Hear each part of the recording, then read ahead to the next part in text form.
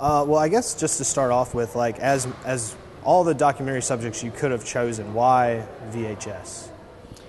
Well, VHS was what allowed us to have access to films and to start making films, from the time that we were kids. It was really a huge development, possibly the largest development in film since the invention of the form itself.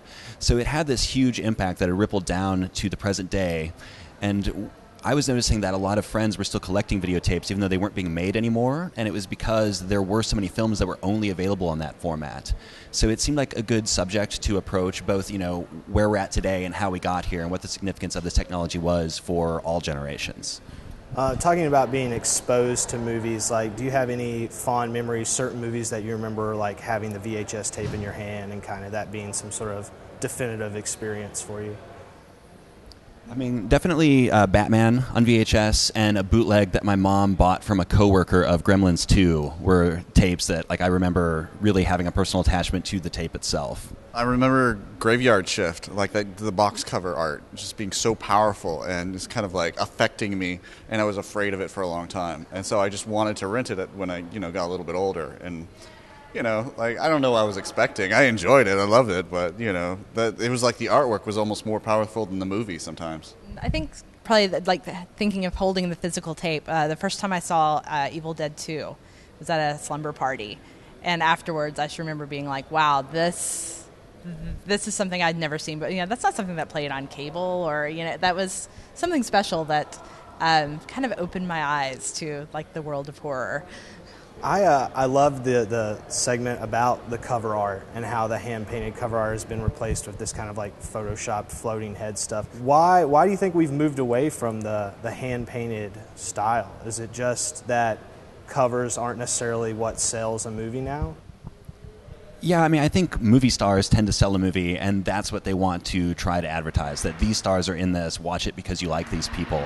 I know something that a video manufacturer told us that is also worth considering is that they were asked by retail chains to stop using painted artwork because the customers were thinking that it was going to be an animated film, and they didn't necessarily understand that it could be any kind of movie. They saw a drawn cover and assumed it was a drawn film, so it was actually a push from retailers and rental stores to move away from that artwork, and I think that's a big part of what led to where we are now, where it's just photos of famous people. How long did the process take of actually filming, and how many interviews did you end up doing? Okay, so the whole process took about 3 years in the making, and we got 90-something interviews, and pretty much every one of them was solid, fantastic, And so we covered subject areas around the home video story. It's a testament to how wide the home video story really is, actually. And so we ended up having to cut it down to 40-something. So, pretty much half of it had to go. And that was painful.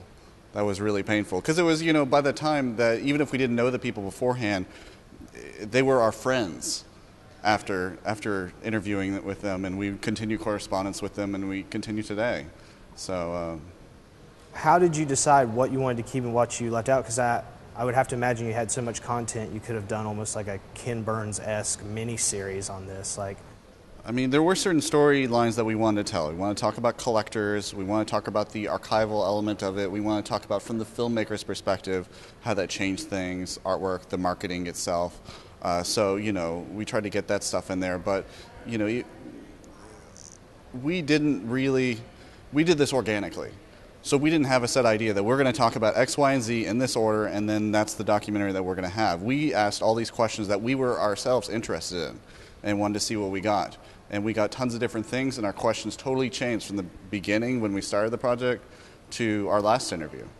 So, I mean, by the end, editing it, it was about getting it down to around 90 minutes and a story that flowed quickly, got people informed, caring about the characters who were in it, and maybe hopefully wanting to talk afterwards and discuss where we're going here with home video.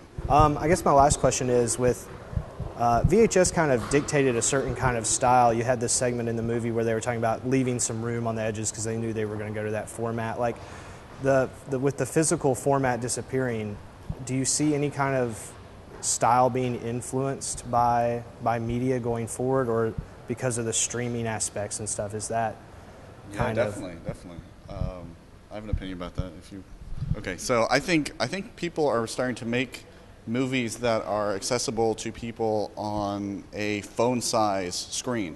I think people are thinking about that. What is it going to look like when it's small? So there's less of this like long shots, Lawrence of Arabia type of thing, where there's just like a little detail that slowly changes. I think people want like rapid visual information that's big and accessible to them, and mobile technology. I think that might be a thing. I don't know. I think going back a step from that, something else that is interesting that we're starting to see in movies is that when something is trying to suggest that it's from the past or that we're looking to another time, they used to always use like sepia-toned footage or like Super 8 footage to imply this is memory or this is something from before. And now you see the video aesthetic being used in that way. And there are even films that are designed around videotapes and the look of video, like the VHS anthology series and things like that. So I think now the video aesthetic, now that it's primarily in our past and contemporary digital shooting looks so good, I think now you're going to start seeing more and more the video aesthetic being used in the same way that vintage film formats were used as a storytelling device in narrative features. And I think that's an interesting thing to consider, how that can be used. Awesome. Well, thanks a lot, guys. Thank you. Thanks so much.